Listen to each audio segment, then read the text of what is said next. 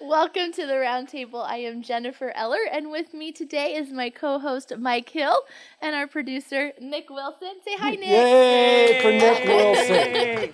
The next step. And our guest today is Melissa Haneline. Welcome, Melissa. Good to be here. Hey, you want to know the power of influence? So you know how many You already shanghaied me, dude. No, wait, hold on. I got to say this before I forget. No, listen. Okay. Before we listening. get into this. So you know how, you ask everybody, because this goes into what you're doing to do. Ask everybody, what they're watching. I was going to start out with something different, but go ahead. Okay, Is this how it goes? Go ahead. No, everybody was saying Suits, so last night I watched the first episode of Suits. I've only started an episode. It was actually really good. I was super surprised. It is the most watched TV show on Netflix. Yeah, the power of influence. So you've been asking all these people, and there's been tons of people that said that's one of the things they binge watch. So I'm we got home late last night, and I'm yeah. The problem was it's an hour and 20 minutes an episode. Yeah, I don't even know what show that is. At least maybe that was just the first episode. I think that was the first one because. And I'm sitting here looking okay, bedtime. I try to keep a pretty strict bedtime, and that's over. So I'm sorry I shanghaied it. I just had to say. Yeah, my son wanted me to watch Yellowstone with him, and I'd heard about it, but I didn't even. I knew Kevin Costner was in it. That was enough for me to at least give it a swing. And a couple episodes in, I said, "This show sucks." You write in, and I have to worry. Now I'm worried about the Duttons every day. I hate it. So you ended up liking it. Oh my goodness, I couldn't leave it alone. And he says, now, don't watch it when I'm not home. I said, oh, for heaven's sakes, don't worry. I didn't even worry about television. And he came home the other day and I said, well, if you want to turn it on, I'd watch it. Yeah. He said, oh, yeah. Okay. So did you like Rip? Oh, I love the way that he developed over the course of time. Yeah. But Beth is so unrealistic. You cannot be that big a monster and then get a romantic guy like Rip. It just doesn't work. Yeah, she is every negative stereotype with every girl fantasy all rolled up into one. It just doesn't work. She walked in the light-colored shirt with the darker bra kind of thing. And I said, she's a monster, right? We're not supposed to like her. And I said, well, trust me, that you knew that subliminal. just Yep, from I know. watching. I know what she's going to be like. Yeah. Okay. Well, I'm glad we got another Yellowstone fan. You ended up watching it all the way through, didn't you? I haven't seen all of it, but I saw a lot of it. There's Okay. a couple seasons I haven't seen any. You just of it. petered out or what? Okay, my husband goes on binges and he just starts watching it. And then I got mad at one time. I'm like, okay, well, I guess I'm just done with that because you can't wait for me. So. Oh, you mean he gets ahead? Oh, because he can't sleep sometimes. So he gets up at 4 o'clock in the morning and he's watching all these shows. And then, I'm 3 hours behind him, maybe at 7 on the weekends or so, and so he's been all this time I never watching get TV. it. Eric sends me stuff all the time from social media. I'll say all the time. Yeah, a lot. I know. Yeah. So he sent me this More than Shadrach, once. Meshach, and Abednego thing. It was powerful. And I'm like, how do you find all of this stuff? And his answer was, Siri listens to you. Because it just pops up. So I guess it just pops into your feed if you talk about things. He's on Instagram a lot. Oh, okay. So Yeah. he fills me up with a lot of stuff that I don't ever listen. That watch. was his answer. Yeah. He's like, Siri listens to you. Yeah. Sorry So- to interrupt. Take two. Listen. Take 2. Okay, so And Melissa. Yeah. No. So you were just so fun to have conversations with, that the conversations we have had. And so I just kind of want to know, what is the craziest thing you have ever done in your life? Oh. Oh, mercy. I did Wow. not know Because this. you are a good storyteller. And so I cannot wait to hear this. Well, probably my favorite thing to do is there is a song by Carmen called Holding On. And he and a girl, Carmen, he would, oh, you don't know Carmen? Oh, I'll fix he was that. actually going to be in concert here. And then Oh, he the guy that died. Yeah. Yeah. I'm not laughing at him dying. he's simply- I'm just Life Church has a concert and the guy dies. He is simply living Sorry, somewhere else. Carmen. I didn't mean it He's against going to you. enjoy singing backup for me when I get there. It's going to be great. Okay, I'm Anyhow, sorry, Carmen. he has this absolutely, he could have been a lounge singer. But what? God got a lounge singer. He just can do all different types of music. He was just amazing. What's a lounge singer? I'm like serious, like somebody a, in like the 70s, you know what a I'm thinking of? leisure I'm suit thinking and of this like seedy like place where everybody's smoking and that guy's up there with his hair greased back, that Yep. lounge singer. of. Yep. So you see Carmen in the lounge. No, I'm saying that he could have been Oh, had okay. God not redeemed him. He has all the qualities and the talents that are needed to be able to do that well. Okay. Anyhow, we were at the church that I was in. I had a situation where the pastor left, and a new pastor was supposed to be there Sunday night, and he was late, some kind of travel issue. But everybody showed up to meet the new pastor who wasn't there yet, and so the oldest person in the thing was in charge, and so he says, "Oh, Melissa will come up here and sing something. Oh, so and so is going to share a scripture." He just kind of put it together. And it was so much fun. We enjoyed it so much that they started doing every month that had a fifth Sunday. Sunday evening was just a hodgepodge, bringing Like whatever you want. improv. Oh, it was so much fun. My oldest son was learning to play the tuba, and so he played Twinkle, Twinkle, Little Star, but it was an ode to the three wise men. On the, It was in the kind church. Of, yes, a it was tuba. the kind of stuff that wouldn't fit on a Sunday morning. Okay. One girl who was really good at gymnastics, she did this whole little routine to Stephen Curtis Chapman's The Dance. Just really fun stuff. But one of the nights that they were doing that, I dressed up half and half. I put a skirt on and folded it so that I was a female on this side and male on this side, because I dressed up for Carmen as Carmen before for a youth group thing, and so I thought this would be fun. And so I the makeup down because all my hair was on one side, and so I went up and I would turn to this side while I was doing the female lip sync, and then I would turn to this side when it was so much fun. And so How do I you ever think of these things? Like what is going on in your you said the psyche? craziest thing. No, I'm I trying to know. build I'm up just to it. thinking, wow, like Yeah. how do you come up with that? All of this is just the buildup for it. So I pulled that off, and it was just so much fun. I had a hat that kind of split down, and I put a sign on it, and it said, "Hold it on," so I would bend down and point to it when I was the chorus where they were both singing, because, of course, I didn't know what to do with that. But people heard about it, and then there was a command performance when the new pastor actually got there, kind of thing. They wanted me to do it again. I thought, yeah, okay, let's introduce him to that end of the spectrum. And so I had my son and daughter went up there, and they said, "My mom and my mom together again." Oh, And I wow. did it again. That's funny. So do you dress up for Halloween? Oh, I had a whole room when I lived as a single woman. We would dress up for work You had things, a whole room of costume type stuff. You know what I'm picturing? Have you ever seen those shows, like when people like really get into things and then you walk in and it's like a shrine to it? You know what I mean? Yeah. Like you just walk in and like they love Freddy Krueger, Yeah. you know, and so there's all of the Freddy. I'm thinking like you'd walk into your house. Yeah. What would your shrine look like? Okay. Well, see, Like now what's your costume stuff in there? It wouldn't be stuff like that. Oh, okay. If there's a shrine in my house, it's my yarn. Your who? My yarn. Oh, I got love it. my yarn. I love to knit. But I would just kind of collect things as they Okay. came along. If I'd see something, I would You find. collect costumes. Well, not so much costumes Oh. as just different pieces of attire, and then I would think, oh, that would work for this. When I was in college, I didn't go to college until I was in my 30s, and you get a little badge that is your ticket for everything. You can put money on for the copier, it gets you in and out of sporting events, it's your library card, everything. I lost the cussed thing. And so I went to them and paid the $20 to get a new one. Well, as soon as I got the new one, of course, I found the old one, and they had misprinted the new one, and it didn't have the barcode, it didn't have the magic in it. And so I took it back and I said, well, I want my money back. Well, we can't give you your money back, but we can reprint it. And so I waited until it was Halloween, and I dressed up as Peg Bundy, and I got my picture taken that day. I still have it. It was fun.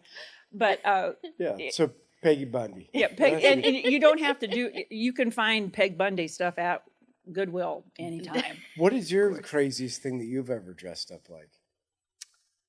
I haven't dressed up since I was like a kid. You never did anything when you were in high school? I don't remember that. Jennifer, do you need some sort of memory pill? Yes, just I high do. school. I do. I mean, you We got to sh- remember I don't something. We should just think do I a costume Nick, party here. I don't think We'll I catch did. you back up. I dressed up like a woman, and I was a good-looking woman.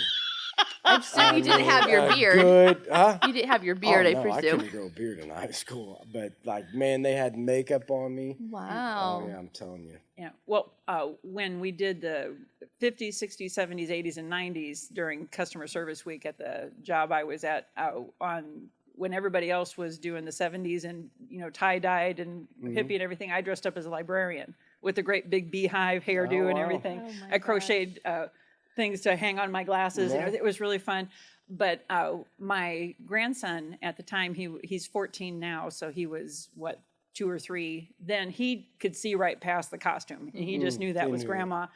Well, I'd gotten ready and all dialed, all duded up to go to work, and I just lived down the street, so it didn't take me long to get there. Well, it was garbage day, and the trucks were coming, and he loved to watch the truck, and I do the noise and everything.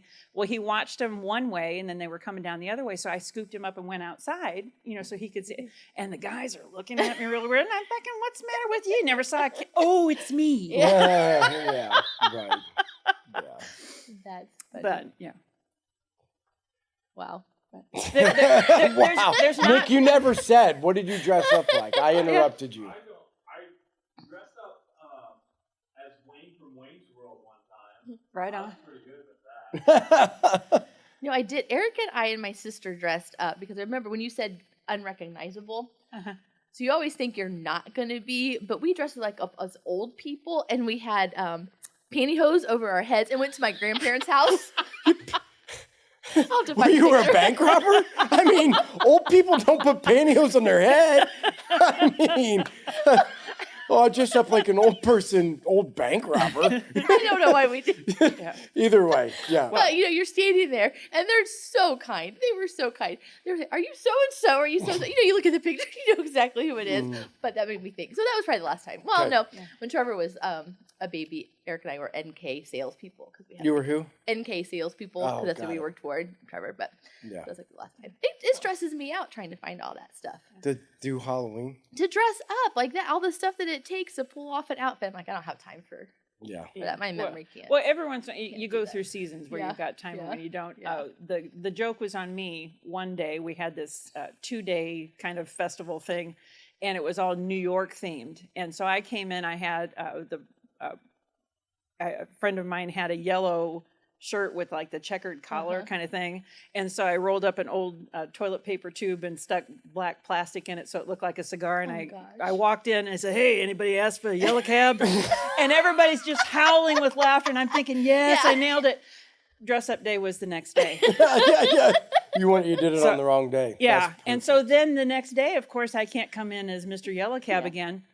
And so I got a Guitar Hero box and put a bunch of change in it and put on a stocking cap and drew on 5 o'clock shadow and went as Between Gigs rock star. Oh my god. Well, somebody took a picture of it and I showed it to my son because it looked like him. Yeah. Everybody thought I would show them. And he said, "I spent 25 years thinking I look like my dad. I was wrong." Yeah, maybe that would be funny. a thing that we need to do as a staff, or maybe a Sunday morning. Come dress like who you want to be, not who you are. Oh, I'm down. Oh my. Yeah. Like who you want. I'm getting my cowboy hat. I just try to look for excuses I can wear the stuff I want to wear. You're gonna Oh. I come up with Sunday things that are like, hey, what? If Train you could, station Mike is if you coming could- out. If you could dress up like anybody or anything, would you change? Like, would you want to My favorite movie was Pretty Woman, so I think if I could have all the jewels and the pretty dresses and just Dude, like what's her name? Julia Roberts. Okay, so you'd come like her. Not really like her, but Kind of like that. kind of maybe. Nick?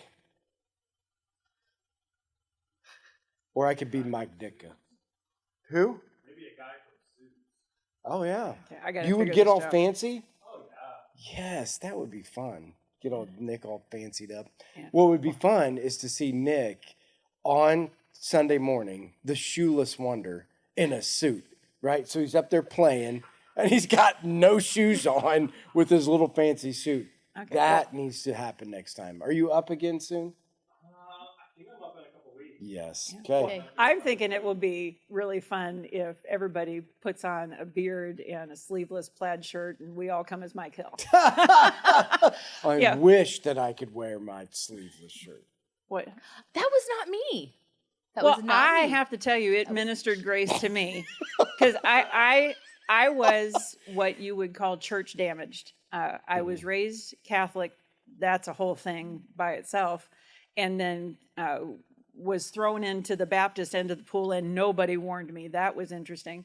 But then things fell apart and the enemy loves drama. And he managed to stir up a lot of it. And so I was just out of it. I loved Jesus. It was his fan club I couldn't stand. Yeah. I saw a bumper sticker like that once of that. Yeah, I thought that's me. Yeah. But there was a measure of realness to the way that you approached everything that you did that just was a breath of fresh air to me. And when you showed up in equal parts Grizzly Adams and Larry the Cable Guy, I thought, oh, yes. Yes. And I would play a game that I called evens or odds, how many times you would say, holy crap, Oh, yeah, during your sermon. I say enough of the wrong things sometimes. Well, just this last week, you said something, and I thought, oh, that's my pastor. Yes, I love him. Yeah. Thank Well, you. There was a church nearby where I lived, and it said, give God your Sunday best. And I thought, and show him your Wednesday worst. He knows it anyway. Yeah. He knows it. Stop posing. Stop posing. No, I am with you that the turnoff of the unchurched to the church is a lack of authenticity. That I think as people come, I think they're looking for authentic people. Yeah. Whether it's people that are serving in the church or people that are in the church or people that are preaching from the front. They just want to come where everybody's just like, it's not a polished version of anything. It's just, here's who we are. Here's what we're trying to do. Yeah, well, and there's that nice middle ground between polish it up and never let anybody see the underbelly of what's going on and the celebrating the sin. No, Yeah, for well, sure. this is just how God No, made I me. agree. No, there's stuff you have to work on, and when you do a fleshly thing, you should be the first person to say, "Whoop, that was me." Yeah. You know, But that's what I think is authenticity. I don't think authenticity is living in sin or living polished. I think authenticity is recognizing you make a mistake. yeah. Well, you and know, or that can make mistakes. that we have this treasure in earthen pots. Yeah. You know, the earthen pot's not the highlight of that verse. It's the treasure Right. that shows from outside. I am a cracked pot. Yep. Yep. Yeah, and he uses me. Yeah. No. So we've covered crazy. We kind of went in all areas. You might as well just jump in. Let's get into Yeah, her life. 'Cause I guess tell us your story. You have some stuff you want to talk about. So, what did your childhood look like? When did you find Jesus? We're just going to kind of. Do you have an outline that you want to follow? Well, when you had a few weeks ago, you had somebody on the podcast that was just kind of sharing what was going on. And the tagline of taking your next steps toward Jesus together, I thought, how many of those have I done here? And so I'll revamp the salvation story. I'm the second of 10 children so far. We just say that so far thing to make people's faces do that. I became a mother 6 days before my mother had my 9th sibling. So I was a teenage mother. Was not a planned pregnancy, and I finally got my nerve up to tell my parents that I was expecting when they announced that they were. And I thought, bad day, I'll wait. I didn't want to laugh. Yeah. Oh, yeah, it's hilarious. Nobody could make that up. You know, Yeah. hey, I Mom. would write my life story, but they'd put it on the fiction shelf. Yeah. But I thought, it'll still be news later. So is this somebody you were in relation? Like it's somebody that you were dating at the time? Oh, it was lost puppy syndrome. Okay. I wanted to go to a concert. He was able to drive. I had extra money, so we didn't know until after we were Okay. dating that I'd purchased his ticket. And that was on a Saturday night, and I needed a friend with me that would say, yeah, that's a bad idea, but nobody was there. Okay. And so then I saw him on Monday morning, and I thought, really? Mm. Wow. And there are people who have good fathers who love their kids and are kind, and I had the other one. We were farmhands. We were in the way. My father would line us up when we would go to all-you-could-eat restaurants, which is the only ones we ever saw because there were so many of us, and would have us remember what age we were so you wouldn't have to charge anymore, wouldn't have to pay any more than what was I've been this tall since 5th grade, and it was like he was angry at me for being... Yeah, so you couldn't lie about your age. Yeah, everything that was what God made me, he would view as a detriment. One of the things that I prayed for before I came here is that I would tell my story and not throw other humans under the bus. Sure. But there are some things that, if you did it, you have to own it. In front of a bunch of his friends at an auction, I finally got picked to go somewhere with him, and I felt so special, and this is going to be so great. And in front of them, he said that my bra would fit me better backward. Like your dad? I think I was 14. Says this Wow. thing? Yeah. Ha ha ha. Wasn't, real knee slapper. Even into my adult life, I was driving somewhere far too fast. My driver's training was go, that was whoa, figure it out. Because he'd already paid for driver's training for my older sister, and he wasn't going to do that again. But I just kind of figured it out, and I was driving too fast, and I hit gravel on the side of the road, and just, I remember the thing hitting the roof of the car, hitting the ground 3 or 4 times, and I landed right side up. I was happy about that. I saw a woman running down the hill toward me, and she didn't have wings, and I thought that was probably a good idea. And I say I walked away from the accident about 4 steps, and then I fell down. I couldn't have told you what my name was. I mean, I was just so shaken up. And she said, "Do you smoke?" "I smoke. We should smoke. Everybody smoke." Oh And my she was lighting them up 2 at a time and handing them out. Oh my God. Yeah. So I called my parents to come get me because the car was obviously not drivable. And my mother picked me up to bring me to the house, and my dad was supposed to take me to my husband and children's home where they were waiting for me. But he had to stop somewhere first, and he had to jawbone with somebody forever. And I was so sore, and I had glass embedded in the side of my tongue. I was just so miserable, and I just wanted to get home. And I heard him say, well, we need to wrap this up. And I thought he's going to say I've had a daughter who, had an accident. He said, "I got a pig at home that's in a bad way." Oh, wow. So can I just Sure. So do you think part of the struggle, because you said you got pregnant when you were a teenager, right? And so did part of that struggle of figuring out with men at that time come from not having a father? Sure. Yeah, do you feel like that's a part of the... Well, and I can see it in retrospect, but of course I couldn't see it No, then. for sure. I just thought the now world was when you're a mean looking place. back, do you think that's part of the struggle? Because, we're always saying, Dad, you need to be involved. You need to, with your daughters especially, because it is such a huge thing on who they pick, what they look for, what's expected out of a man, type of a thing. So. Well, if you've seen the movie War Room, there's a scene. Oh, no, I take it back. The other Kendrick movie, Courageous. There's a part where the one officer takes his daughter out for dinner and gives her a ring, and she is staring at it with her little feet up in the air, and no boy is going to be able to give her some trinket and walk her away from that, because she knows not just that her dad values her, but that he values her and he wants to be involved in the choices that she makes. I had neither of those. Right. Yeah. So did your dad, assume you have other sisters, did he treat all of you the same way? Did he treat your brothers that way? No, he worked my brothers nearly into the ground, to the point where he actually even apologized for that, as when they got to be adults.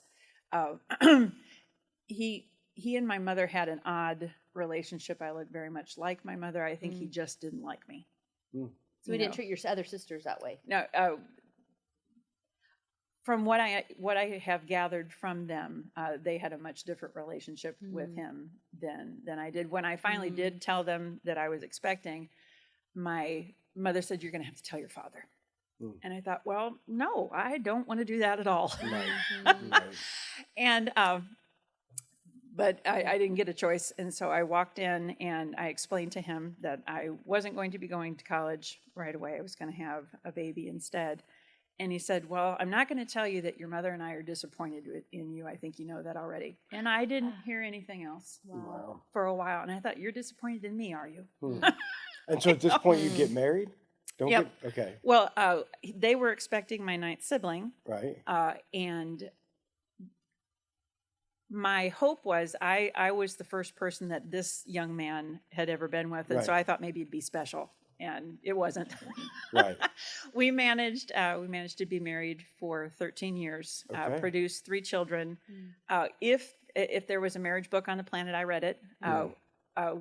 This is so me. But we got married, and I was just determined we were going to have something good. I was going to make it happen. Right. Lots of times I hear people say that women are controlling, and I don't believe that's the case at all. I think we just do not like what it feels like when life is out of control. We don't need to be in control. We need somebody to do it, and if nobody else will, well, then we'll step in. Well, it was our first anniversary. It was a Sunday morning, and we had this cute little baby, and I wanted to go to church, and that sorry son of a gun would not get up. And so I cussed him up one side, down the other. I kicked the bed. I just threw a hairy, livid fit, and then I went to church.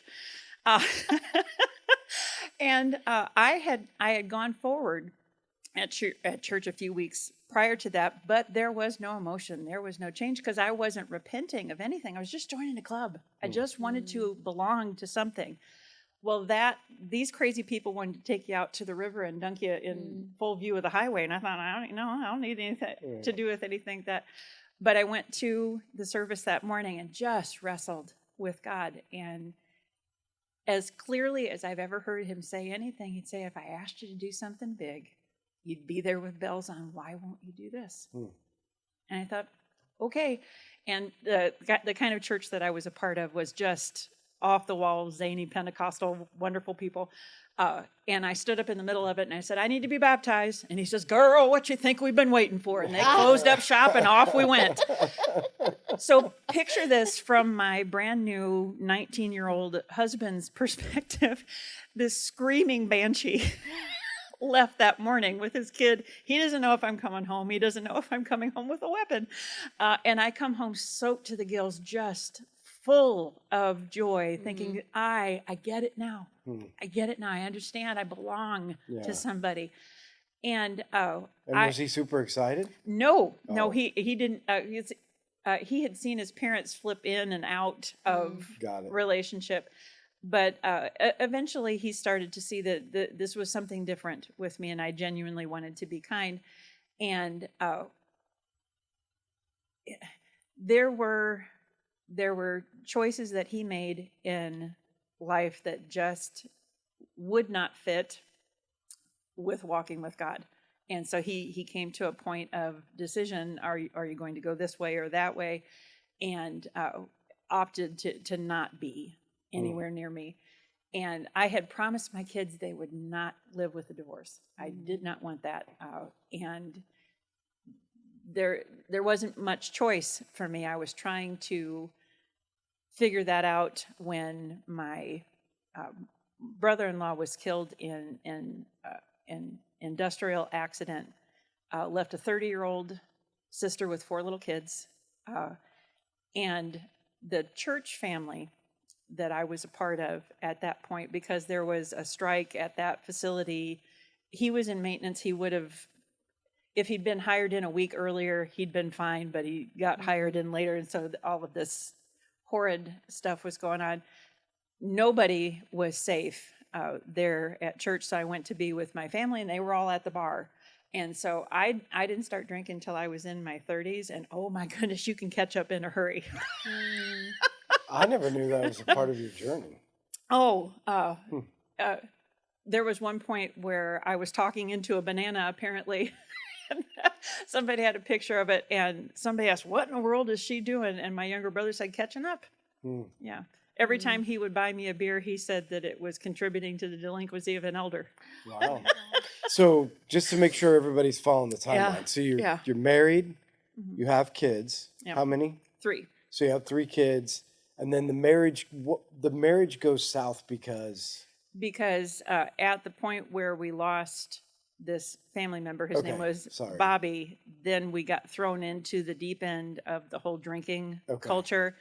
And I woke up at one point, literally, when I realized that I did not remember anything from last night. And I thought, I got kids to raise. I can't live like this. So both of you had kind of jumped into and he just never recovered from that. Got it. Sorry. I was just trying to make sure we were following the the timeline of what that was, because so everybody can make sure we know where we're at. Well, and when you've lived it, you kind of hit the highlights, and you know where the in between stuff is. So you're 30 years old. You're getting a divorce. Where again? Are you from around here? Is all this happening around here? Yeah, I grew up in Churubusco, right on the county line between. So not that far away. Yeah. Okay. So you get to the place now. You guys decide to get divorced, and then does the drinking escalate? Yeah. One of the nights that we would take turns, and one of us would drink, and the other one would drive the person home. Well, goodness, this whole "don't throw people under the bus" thing is going to be hard. He decided that he wanted to try swinging, and that was not trapeze type swinging. Wasn't good. Does anybody want to explain swinging to our audience? No. I think they could just Google it if they need to know. Yeah. Well, what's wrong, Jennifer? You don't want to explain swinging on the podcast? It's a level of friendly that's just not in the Bible. I'll just say it that way. I don't know what swinging is, so no, I'm not going to explain it. Yeah. Well, even at that point. So wait a second. Yeah, go ahead. We can't just we just decided to swing. I mean, she didn't say she did. He did. No, I know, but how does this happen? You're just sitting down for supper one night, you have a cup of coffee, and your husband's like, we ought to get into the swinging culture. No, he came home to tell me that he'd been so he had tried a place and had so enjoyed it that he signed us both up for the next weekend. Wow. And I was livid, and at the same time, I thought, I believe in marriage. And so my first instant thought wasn't, get away from me. It was, I said, I don't understand. I don't understand. Why would you walk up to a completely foreign couple to you and say, let's all get to know each other by having sex together without hesitation? He said, if he had a hot wife. I was his bride a decade ago, and now I'm bait. I was trying to come to grips with that, and I'm trying not to say a dirty word. I told him, I said, you're going to treat me like a whore, I'm going to act like one. Okay. There's logic for you. Wow. Okay. And so when it was my turn, next time I was being friendly with people at the bar, and he didn't like it. Oddly enough, if he signs it up, then it's fine. If I do it on my own, then not so much. But I had been, a week prior, I'd been walking the dog and had a pitcher of margaritas before I went, which is a bad combination. I thought the dog was coming with me, was actually going full tilt the other direction, and so I horribly broke my arm. And so I was in a sling, and when you're injured, everybody will buy you drinks at the bar, which is kind of fun. So I had a good time that night, but when I got home, he was not happy with me, and so he got because he wasn't at the bar with you. Well, he was with and watching, and and I didn't do anything horribly untoward. I just was not particularly caring if he was having any fun or not. I was in my own world. He got in the truck and started driving through the streets just crazy, saying that he was going to wrap it around a tree and I'd never see my kids again. And if that's how I was going to behave, I didn't deserve to live, and all of that. And so when he slowed down at a thing, I jumped out and I ran back to the bar, hoping to get some help. And because I was so inebriated, and because I don't know, I'm not a calm person. Everybody, he came in behind me, says, "Oh no, she's fine, she's fine." And so drove me around. And when we got home, I was just trying to get in the house. I'm thinking, just get me away from him. And he pushed me down on my broken shoulder, and I heard a voice across the street say, "Enough," just like that. I talked to the woman who lived over there. A few days later, she hadn't had a visitor. She didn't know where that voice came from. But 63 days later, we were divorced because it was, I went to the police station and I filed a report, but I didn't press charges because I told them, let me and my kids go or go to jail. That's your choice. I did not give myself 5 seconds to be alone. I met a person who was so unhealthy and so many red flags, and jumped just headlong into a relationship with him. We were married for about 5 years. I could blame him for a lot of awful things that happened while we were together, and I now look back and think only that would have knocked some of the stubbornness out of me that had to go. So the swinger guy. Yeah, first. I mean, I don't know. Yeah. Is he the first guy or the second guy? Yeah, that's the first guy. Okay. And so that's all in one period of time. Yeah, that's the first 13 years of marriage. So Got it. from Okay. 18 Sorry, to 30. Yeah. So then into the second relationship, you get into that right away, and that obviously is not a good one either. Correct. Yeah. And either one of them. So again, just so people can follow along. So you get excited about Christ, right? Yep. So you give your life to Christ, and then in this period of being, I don't say off the rails, but probably not on the place where you need to be, were there times where you came back to God and be like, I got to get out of this. This isn't good. I'm in the wrong place. Or was it just, I'm out for a while and I'm coming back later? Well, I kind of felt like God was as impotent to help me as my father ever had been. He didn't make any sense. He didn't There's fix no reason to things. go back to somebody who can't help me. Yeah. Yeah. But then in the midst of the second marriage, our church started Celebrate Recovery. And the only reason I went was to let people know I did not need to be there. I'm fine. Thank you. Terrified the first person that talked to me there. But I wanted to belong. I didn't like being alone. And so this was at a church up in Fort Wayne. I went early to church one Sunday morning, and I was sitting in the front just trying to stay. Everybody leave me alone. Right. So hold on. What Go ahead. brought you back to church? Because it was like swinger guy, the next guy. Yep. Yeah. Then was it like after the next guy? Like I'm trying to get. Yep. So this is what we're trying to help people realize. Okay, Is sure. like you go through these ups and downs, and then there's these things, right, that bring you back. Like what brought you back? Like what woke you up to say, I need to get back into church? Was it just circumstances of the relationship, or was it like I had this epiphany at home? Or in the second relationship, we would go walking in the neighborhood, and there was a couple out front of their house, and they said, "Well, could you come in for a minute?" I said, "Well, we'll come in, but it won't be just for a minute." Yeah.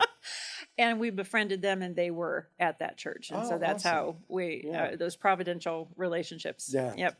Good for us to remember. Always inviting people in, take time for conversations, because you never know. You never know where that's going. Perfect. So I'm sorry. I just wanted to make sure that's that people could see what brought you back. Yeah. And so you get into Celebrate Recovery, and well, while I'm kind of checking out Celebrate Recovery and still just miffed that anybody would think I would need help, I was sitting in the front of the church, and the pastor at the time had a daughter who looks a lot like I did at her age.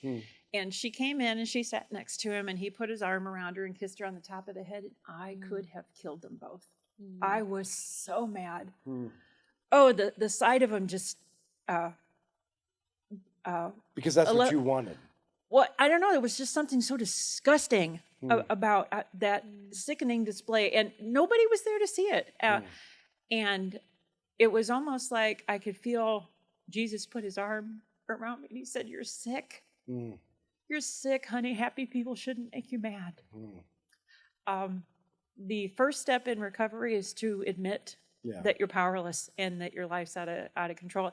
And then I finally got it. Then I understood that I needed to be there. Working through the program, there was a woman who came in, and every week it's a lesson, 1 week, and then the next week it's a testimony. And in her testimony, she asked us to think of our life metaphor, what we think God sees when he looks at us. And I'm trying to come up with a good, unique answer so that I can be special. And she says, and I don't want, a good, unique, just word for word what was in my head, she said. And I thought, okay. And it hit me. It just hit me like a ton of bricks. I am a garage sale jigsaw puzzle. Picture on the front, kind of halfway ripped off. You're not sure what it is. There are black pieces in the bottom of the box that don't make any sense to anybody. And no matter how big a mess my life is, I really am more interested in helping you put your pieces together. That was so me. And I recognized that there was an intelligence that was so much bigger than me in that moment. What happens in Celebrate Recovery is after the testimony, you break off into small groups and you sit in a circle and everybody gets 3 to 5 uninterrupted minutes. It ruined me. It ruined me for regular conversation because you could, but it models prayer because you have to talk about in full sentences what you're thinking and feeling, and nobody's audibly talking back to you. And as we were talking through that whole life metaphor thing, I realized how angry I was at God for letting me be broken and for letting me do it. So much of the pain that I dealt with up to that point was self-inflicted, but self-inflicted because I came at life with such unmet needs and hungers. Right. And part of the anger is like, I didn't have the dad, I didn't have the husband. Yeah, just the losses or the tragedies of not having what you needed. Yeah. And now you're a victim of that. Yeah. But then I realized that puzzles, when they're completed, are far more compelling than the picture that they started. And I remember laughing out loud at the thing. You're not supposed to respond when, you're supposed to just kind of be a backdrop but everybody giggled anyway. But I said, can you imagine the person who first thought up jigsaw puzzles? Hey, let's take a beautiful picture and hack it into 1,000 pieces and then we can sell it. People must have thought he was nuts. But when I realized that God had a plan, and his plan was better than my plan, even when I liked mine, even when I hated his. His was better. I think at any point from that, from the baptism point forward, if I'd been taken out of this life, I would have been redeemed. He paid the price to do that. He was not my Lord until then. From that point forward, I have not looked back. And I remember there's a Ray Boltz song called The Anchor Holds. And I sang it for someone in the congregation. And it was profound to me then. But then decades later, I stumbled across it when I was talking to somebody about something else. And I sang it. And I thought, oh, my goodness, so much more now than it was then. But here at Life Church, because of the church damage and all of the other stuff, I loved him. I didn't know how to interact with his people. I'd been such a rule follower as a little kid because I thought there was safety in that. And then I realized there was no safety whatsoever in following the rules. But neither was there anything good from breaking everyone that you could come across. So I actually found Life Church because I was looking for a gym.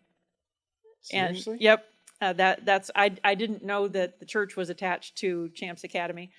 And so that's when it started. I had lunch with Jennifer and just interrogated her. You guys met right in the beginning? Yeah, we had a couple hour, 2 to 3 hour lunch.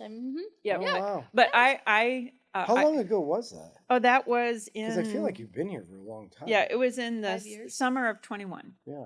Yeah. That's all. Yeah. Yeah. I had to look back in the things because it was post COVID that okay. I came in. But I set up a time with you because in looking for a church when I moved here to Huntington, I actually had one that has Baptist in the title, but they gave me a talking to because I clapped along to Victory in Jesus, and I thought we're just not going to get along. I just can't fathom why people have. Yeah. I mean, It's a whole nother I get story. if it, there are things that people can do in a church service that would make me uncomfortable. Like, Like some of the liturgical dancing, I just think is so weird. well, what if somebody did it? Because I think it. Well, it's Now one that you thing said if that, they. I want to see somebody do it just to see how you react. Yeah. What? Well, and, okay. Well, let me just say this. kidding. No, it's fine. Because this is going to be so circular. I knew it would be even when I put my list together. The first baptismal service that we had here, I sat in judgment of so many people because they weren't ready. And they didn't this, sure. and they didn't that, and Yeah. well, why won't you counsel them this way? And I would have done this different. And then, God is so kind to keep working with people who are so argumentative about the way He's doing things. Yeah. I still have my own convictions about what should or shouldn't be, Sure. kind of thing. I am so less prone to tell people what they ought to do because that's not nothing that I did was textbook just like you're supposed to do it Sure. at all. Right. But I know He knows me. Yeah. I know Him. You were talking about this past week in the sermon. The only thing that got burned off was their bonds. Mm-hmm. I'd heard that before, but I recognized and something that people don't know is now I'm in a third marriage, and I really thought it was great and it was wonderful for 5 years, and then I don't know. Yeah. I don't know where that's going, but it isn't going well. Right. But the bonds that have burned off of me have not been a relationship. It hasn't been a person. It's the belief that I can only serve God one way. And that if this doesn't happen, then everything's ruined. If that happens, then everything's ruined. And that you might be doing liturgical dancing. I probably am not going to do that. Well, there's something about orchestrating something that's supposed to be a move of the Spirit that I find unnatural. So Right.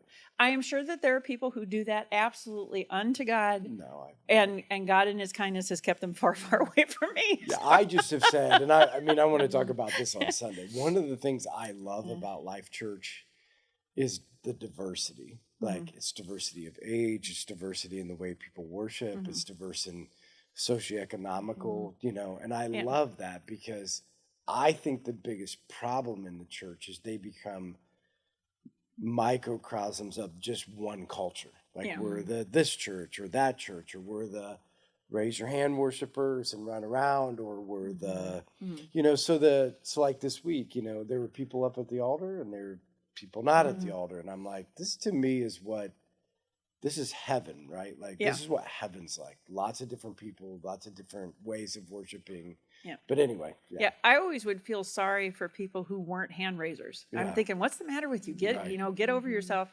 And again, God in His kindness, here at Life Church, I was, I could see a couple rows in front of me, a woman that just was, if she could have stood on her tippy toes, she'd have been there. And her husband right beside her with his hand on the small of her back, just anchoring her. Yeah.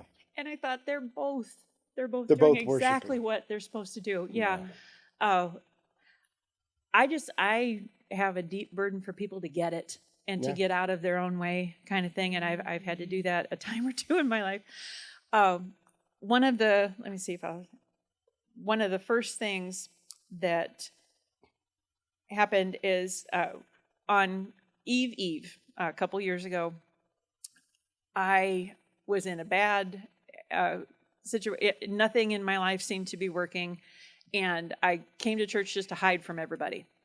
And Christmas, I'd never done an Eve service here, and I'm thinking, what is he going to tell me about Christmas that I haven't heard 20 times? But it'll be an hour that people will leave me alone. And you talked about Jesus did not come to forgive our sins, and you had my attention. I thought, where's he going with this? And you said that he came to redeem us from our sin because forgiven sin still kills things. I had just lost my mother-in-law at that point, and everything I had ever seen of the 8 years that I knew her, I didn't see anything godly in her.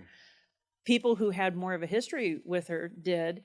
And I remember I went to my husband and I said, I'm not trying to talk you out of it. Just help me. Right. Give me something to go on, because I was genuinely concerned for her soul, and it was too late to do anything about it. Right. I had asked her once to pray with me. We watched the War Room movie together, and then I asked her if she'd meet with me once a week to pray for our family, and she got mad.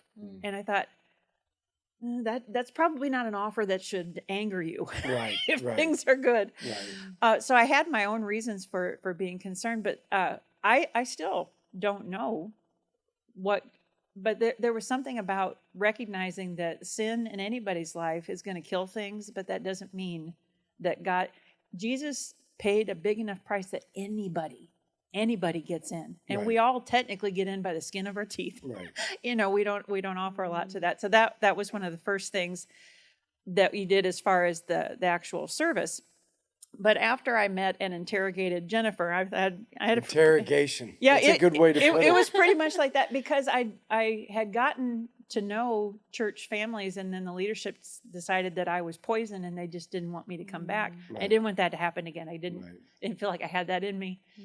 So after I interrogated her, I signed up to interrogate you, and you met with me for lunch, and I shared with you the ugliness of the way I'd been asked to leave a church in Fort Wayne that I really cared about. And with equal measures of intensity and tenderness, you looked at me and you said, I'm sorry that happened to you. I didn't know how much I needed to hear a man say, I'm sorry that happened to you, until you did it. If we wanted to, we could pick a list of 25 things that we don't agree on enough that we could wrangle most of the day over it. Yeah. Trust me, we could. No, probably. Probably. And why would we? Yeah. Why would we? But sure. what I came away from that conversation with, and I laid out, here's what I believe, here are the things that seem to bother other people. And you said, those are secondary issues. Yeah. And there was just such peace in that is Jesus cool with you? Okay, then I am too. Right. That was your attitude. And but you were very clear with me. It won't be an issue unless you make it one. Right. And there was something about the welcoming and protection at this in equal measures that was really appealing to me. When you preached about Jesus being worthy to open the scroll, I never knew. I knew there was some kind of Jewish thing to do with that. But there was something so profound that God's got a wicked long game. Right. Oh my goodness, he's got so many things that he pieces together. That was really impactful to me. I really like that. The Lamentation Praise Night. Oh, yeah. Another night of worship. So good. Oh, I know. I mean, I think, transformed me. Yeah. I know it transformed you. Yeah. I mean, it was I just. know. And we have another one coming. Yeah. Right? Yeah, Pretty quick, isn't it? February 16th at 7 p.m. Yes, Yep. another night of worship. And if you've never been at a night of worship, I mean, you do have to come. not I miss mean, it. They're the Do best. not There are miss it. things that happen there. I mean, not to Yeah. say they never happen on a Sunday morning, but what happens in those nights only happens on those Yeah. nights, Well, I think. The thing that drew me back to church was corporate worship, because you can't do that on your own. Yeah. You just can't. Right. And anybody who thinks that, who has the idea that heaven's going to be boring, I don't understand you. Yeah. Right. Right. That part of the service is never long enough to suit me, but we get there pretty well when we do the worship nights. Because my marriage was slowly deteriorating and falling apart, and it had been so good, and I really finally felt like, oh, good, I know how this works now. Having God develop a family kind of underneath me while that other side fell apart was so important to me. The Good Friday service, I came to that not really knowing what to expect, kind of thing. But I was having one of those days where I was kind of weepy anyway, and I thought, well, I'll blend right in there. No one will mind. But then I heard what you were going to do. There's a funeral service for Jesus, and it sounded so weird, I almost left. Wow. Don't ever walk out of any of our services. They're too good. It's so weird. Ever. It's And funny. I got spotted by people who knew me, and I thought, no, I can't leave, which is a terrible attitude, really. And so I was sitting there, and the whole idea of having to write down and to approach it in that different light, and it just washed all over me the hundreds, literally hundreds of times that the exact right song has shown up on the radio or, that kind of thing. I thought I'd never thanked him for that. How many times? How ungrateful could a person be to, it's not like he wasn't a person before that, but there was something about that just ripped off a whole layer of callus off my heart. In that, you can tell I'm still not really past it. Oh, okay. Fast forward from that, in the midst of the first first ladies' Bible study that I came with such trepidation because girls don't like me, and men like me wrong. That was my view. And I got through it, and I talked too much, but I had stuff to say, and the book was really exciting. And every night, I go home and think, oh, they don't like me. I talk too much. All this stuff going in my head. And then two dear women who, if either one of them needs a kidney, I'll give them each one. I'm telling you, I love these ladies. They invited me to be in the next one. Individually, they asked me, would you please be a part of it, kind of thing. And I thought, I'm in. They like me. Yeah.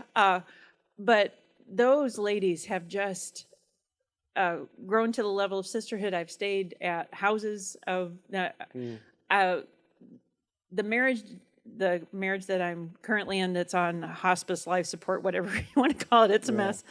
It was falling apart, and I ended up having to leave. I have a little bit of a feeling now of what it must have been like for God to close the door on the ark and say it's too late. There's some things that you just don't come back from. Right. But I was staying at the night at I ended up moving out of the marital home and in with my son up in Fort Wayne. And because of the timing of it, it wasn't that I wasn't welcome. It's just they had a bunch of stuff going on at his house that weekend that I would have been a fly in the ointment. I would have felt awkward. It wasn't a good time for me to be there. So these wonderful friends, I had my choice of places to stay. And so I stayed with Jessie the first night. She's got 2-year-old twins. One of them ran past her to hug me. That felt great. But then I fell asleep on a big cushy couch next to a wood burning stove kind of thing. It was just so beautiful. But then the next night I got to stay with Janet Clark. That woman is Jesus with skin on to me so many times. Well, then the next night was the last night that I had to be a refugee, last night vagabond kind of thing. And I was supposed to stay with Jessie again, and I was the kind of tired from moving where I would go to step in the truck and my foot didn't quite make it. And I thought, it's not safe for me to be driving. And so the house that I'd been living in was basically empty. Friends here at church with a trailer had helped me load up stuff and move it to storage. And it just felt carried that whole week, but it was just at the end time, and I was just going to go back and sleep in that house, just me and Jesus. It was going to be fine. Janet had other plans. She invited me over to her house and had this beautiful meal and just kind of an island of misfit toys kind of party, different people staying there. And we played cards, and I won little prizes that one of the guys brought along. All this time, in that last couple of weeks, God had me reading a book called Your Sacred Yes by Susie Larson, and it just didn't fit. me. It's all about, not taking on too much and not filling up your schedule. And I think, we figured that out a while ago. Right. But I've learned to trust his nudge over my reason. And so I was just plugging away through it. Well, that night at Janet's house, we had just been talking about the Message Bible and some of the ways that it phrases things that are so beautiful. And the Matthew passage about learn the unforced rhythms of grace. Yeah. I just love that. Well, we talked about that at dinner. I go to read that book at night before I fall asleep, and that's the verse. And I'm thinking, oh, that's cute, God. Sweet thing. But then the next morning, I read the second half of that chapter, and it's a woman named Bo Stern whose husband was diagnosed with ALS. So her husband was there, but not in the same form that she had expected. And she talked about the ugly cry. She went down face first and was just sobbing before God. And I remember it wasn't that many weeks ago that I had that same kind of moment. And I remember I just cried till I couldn't cry anymore. It's like, it was so wrong. It's so broken. I don't know what to do. And at the end of that crying time, I knew he was there. I knew he was in charge, but I didn't get any kind of message, any kind of word from him. I'm reading this story at Janet's house on that Saturday night, and she said that as she went face down, she could hear the enemy saying, your kids are going to turn from God. Your life's ruined. Nothing's going to be right. And I remember what it was like to have those nasty things whispered into your ear, and she said that she could hear God saying every minute. And she said, every minute, what are you talking about? And he said, I have been to every minute you will ever face, and I have left provision for you in every one of them. And I couldn't even get ahead of myself. That was Sunday morning, and then I had people here that I wanted to tell that to. I read it again later that night, and the phrase "in every one of them," that's not in there. I know that's what I heard. I know that's right. God could have just spoken to me that night that I was face down by myself, but in his kindness and the way that he works with me, it was the end of a scavenger hunt. There are so many things where God has just put the right person at the right place at the right time, sometimes to rescue me from absolute despair, and sometimes just to remind me, I got you. It's okay. So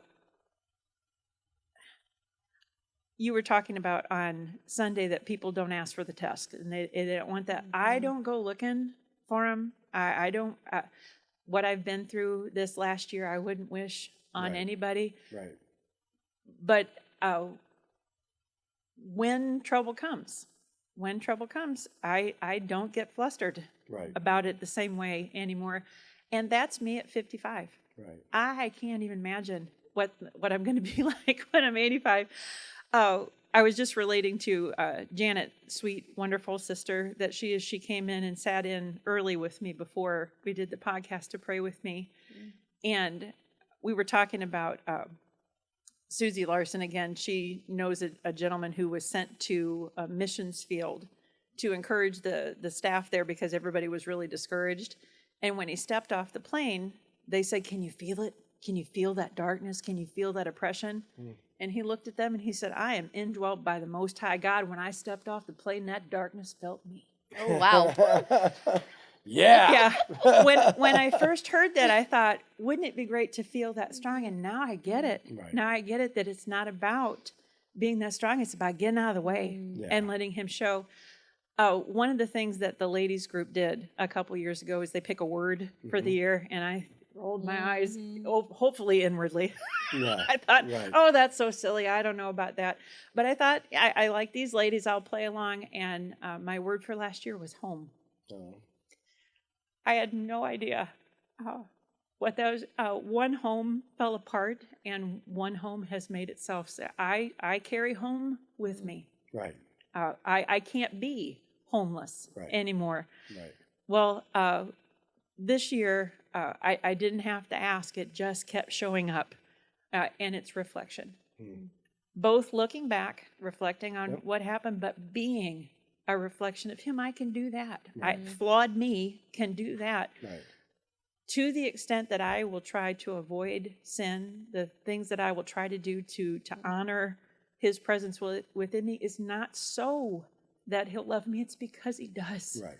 Because I want to be a proper reflection of what he wants to do, not just for me. If he can do it for me, he can do it for anybody. Yeah. So so we're at the end, Yeah. so let's, Perfect to sum that up, yeah. Yeah. So if you could, because I think if you could sum up everything that you've talked about is that, you've had a lot of struggles, a lot of trials, some obviously that, like you said, that part of the world puts on us, right? It's what you grow up in, it's the people around you, and some of it's self-inflicted, right? Like some of those same things.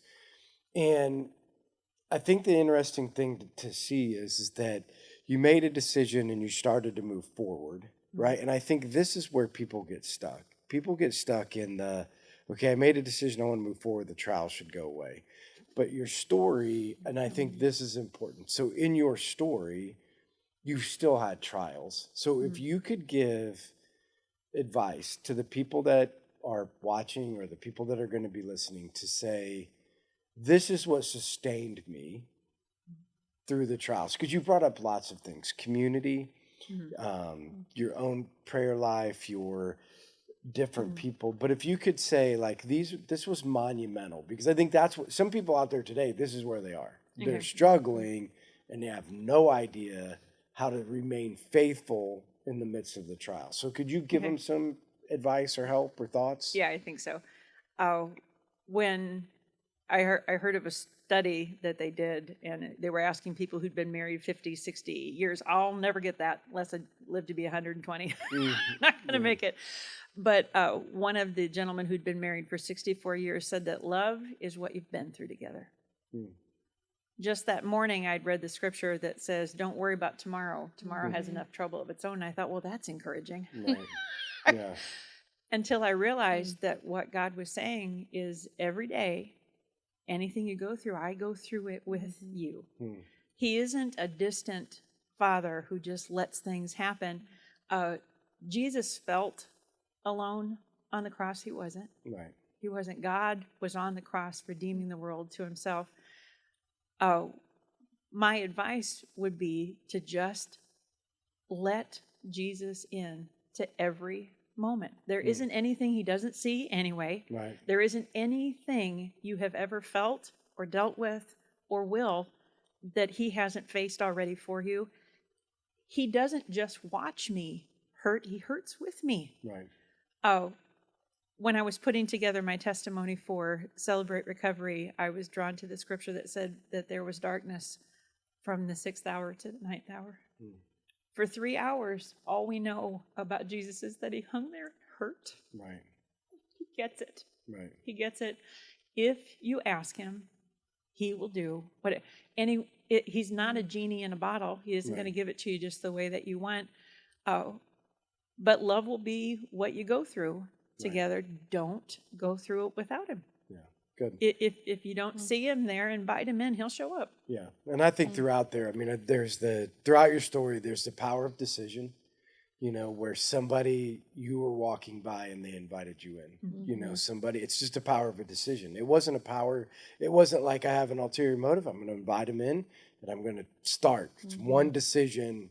And now we're looking at where you are today. Well, that one decision had an impact. It's the power of people willing to be on a journey with people, right? So your story talks about the people that were willing to say, you know what, we're gonna walk in the mess with you, whether it's through small group, whether it's through time in prayer, whether it's time in helping you move or giving you a place to sleep. I think that's the thing that we need to remember is that we need to be not just in Bible studies, but we need to be in the mess with people. And I think that's a powerful, testimony to where you are. Yeah. Well, and the Bible studies and the things that we do are just a way to get to know the people. Sure. Yeah. In your message on Sunday, you said, you need to have people who are friends enough to say, your life is garbage. Yeah, right. You don't start there. No, yeah, for sure. Yeah. But you have to know somebody enough to be able to say, I've seen good in you. I've seen that you want to face forward, and I see this other thing in your life that doesn't seem to fit. Let's talk about that. When you know somebody, you won't value people until you value God in people. And you don't know what he looks like in this person or that person, but it's worth finding out. Yeah. It's worth finding out. Yeah. So again, we'll continue to be praying for you because like I said, I think that as you've settled some of these things, at least in the short time that I've seen you, as you start to settle some of these things in your life, I mean, I just see God continually using you in amazing ways as some of that stuff just gets worked through and worked out, and the ability to be able to give back to other people that are going through the same thing. So we'll be praying. Thanks for coming on. Thanks for sharing. When this goes out, make sure, are you a first or second service or both? Yes. Okay, you come to both. Yeah, so if you see her on Sunday morning, either one, first or second service, come up and say hi. She's usually in the second or third row. If you need somebody to sit with, I'll be right next to you. So. Yeah, in the middle there. So make sure you come up and say hi. When this goes out, make sure that you like, share, and comment so that we can make sure it gets on other people's feeds. I think it's a great story that a lot of people can learn from, and we're super thankful that you're here. So thanks everybody for joining us, and we'll see you guys next week. Bye.